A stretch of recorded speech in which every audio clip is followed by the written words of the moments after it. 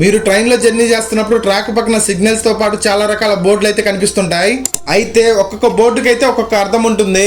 చాలా రకాల బోర్డ్స్ లలో WL అండ్ WB అని ఉంటుంది. ఇవి వచ్చేసి ట్రైన్ లో ఉన్న లోకో పైలట్ కి అయితే R అని ఇవ్వమని ఇండికేషన్ అయితే ఇస్తుంటాయి. WL అంటే విజిల్ లెవెల్ క్రాసింగ్ అని అర్థం.